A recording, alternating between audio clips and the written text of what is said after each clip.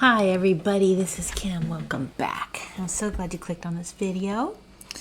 Today I'm going to be talking about gig work again. I teased about this in the last video. If you haven't watched that, maybe watch that one. But this is going to be all about gig work. It's not just food delivery. Okay, so what is gig work? Well, I've gone over this recently, but in case you didn't watch that other video, there's a lot of news about this lately, about gig work in general, and I think it needs more clarification. Gig work is basically on-demand temporary work, jobs where you choose your own hours, your own work location, and you have complete control over which jobs you accept. You are your own boss. So gig workers are independent contractors responsible for paying their own expenses, managing their own time, holding out your own taxes, and submitting them to the government. There's no sick pay, no vacation pay, and no benefits, mostly. California has a Proposition 22 that was passed, so there are some benefits, but most of the people do not get benefits. So you also have full control of your own earning. Complete flexibility, work whenever, wherever, and how often you want. So that's a pretty good summary of what gig work is. Now, here's gig worker versus an employee. Okay, so platform workers, gig workers, contract workers, on-call workers, temporary workers, freelancers, all mean the same thing. They are all doing the same types of jobs. They're just called different things. As a gig worker, you are self-employed and under no control from the people you do work for. Obviously, if you take a contract job to perform a certain task in a specific time period, that's what you must do. But you have 100% freedom to choose whether to accept that contract or not. So once you agree to accept a job, you complete the job. And then they do have control over that because that's what the contract says. But you do not have to take that contract, and you are not forced to accept any work. You can pick and choose exactly which ones you want to accept. So if you're an employee, you have a set schedule typically, you have a set location typically, and your job duties are dictated by your boss. Your earnings are tracked by your employer, taxes taken out, you'll earn sick leave, vacation time, and most likely have company benefits. So this is an independent contractor, self-employed, gig worker, and this is if you are an employee for a company. Here's some examples of gig work. Most people think of food delivery drivers, passenger drivers, shoppers, and those type of jobs as gig work, but there are many, many different types of gig workers. Many of these can also be W-2 jobs or gig jobs. So here's just a little bit longer list of ones that you might not think about. Graphic artists, digital assistants, marketing, writers, photographers, DJs, event planners, accountants, pet sitting, dog walking, babysitting, nannying, web developer, programmer, video editor, handyman, construction worker, actor, musicians, farm workers, online sales, resellers, pickers, arts and craft person, etc. I mean, there's hundreds, so just use your imagination. Any kind of job where you kind of are your own boss, where you choose your own hours, your location, you choose which jobs you're going to accept. There's whole categories of jobs that can be also W-2 jobs, but that also can be done as a independent person is a gig work. Okay, are gig workers employees? Well, this is a debate that cannot be summarized in this short video. Right now, gig workers are not employees in the United States, but people want to change that. Like I mentioned before, California passed Proposition 22, which gave gig workers some employee-type benefits, but we're still considered independent contractors.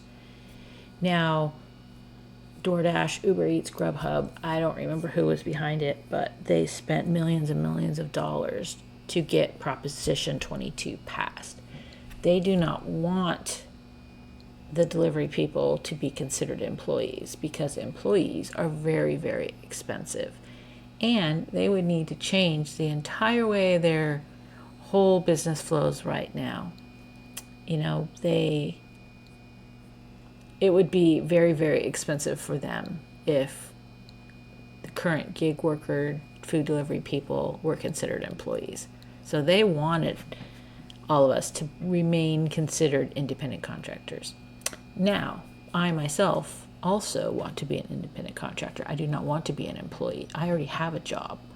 This is a side job, and I love the flexibility of it. And I know there are lots of others like me, but there are also people who want to be considered an employee.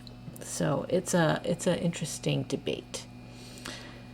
Speaking of debates, there's huge debates about whether gig workers are treated fairly and whether the gig platform should cover workers' compensation, unemployment, etc. This is not going to be solved anytime soon because there are just proponents on both sides and no one's ever going to agree. But yeah, it'll be interesting to see what happens in a year. We'll look back and like, oh my gosh, that's what they were thinking a year ago. Everything's changing so fast right now. Like in Europe, some legislators in Europe are working hard to classify gig workers as employees. They propose rules that would establish some protections for gig workers. The costs are going to be huge, but much would be passed on to the customers.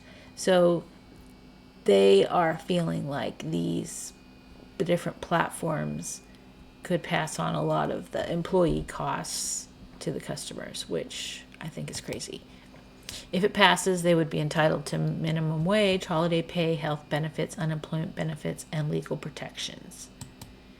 They say it will, so the government, that is these legislators that are proposing this, say it will improve the working conditions in platform work and support the sustainable growth of digital labor platforms in the EU. Parliament and Council are looking at this, but say it could take 2 years before any national law would even be created. But do you think the U.S. would follow suit? I'm sure they would try. Here's some stats that I found. In 2020, the gig economy grew about 33%. And in 2021, they predicted over 40% growth. Approximately 34% of American workers are or have been involved in the gig economy. COVID-19 pandemic affected gig work in huge ways. People lost jobs, businesses closed, people needed to work, and what industry was thriving while others were failing? Delivery gig work was. So that's where people turn. I am going to go to this website right here because I want to show you some. Okay, did that work?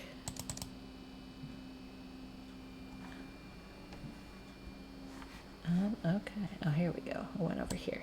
Let's do this.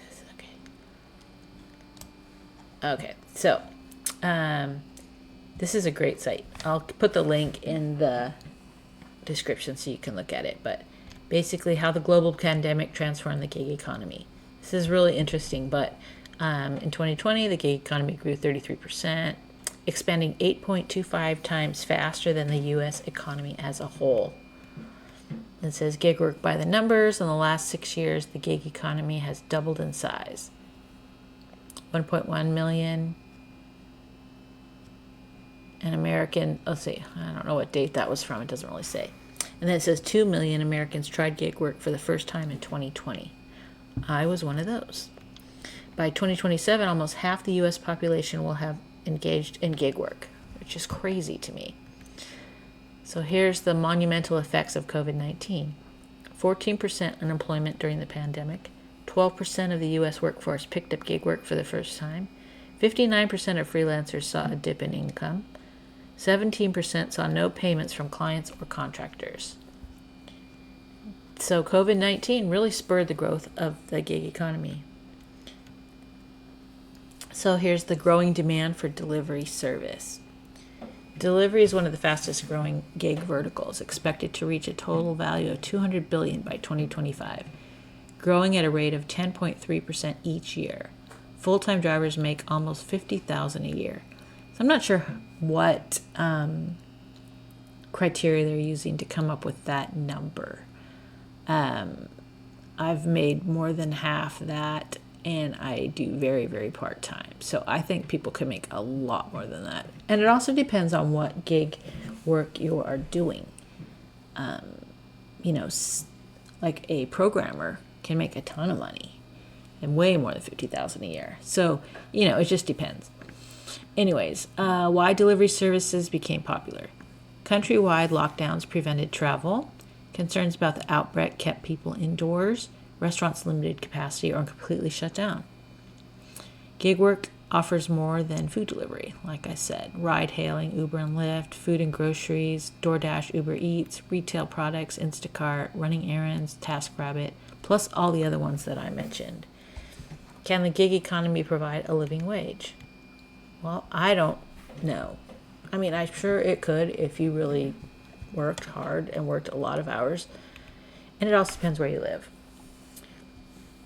So here's the nature of gig work. What it isn't. It is not full-time employment. It is not obligatory labor. It is not industry specific. What it is, it's flexible employment, project-based work, open to anyone at all times.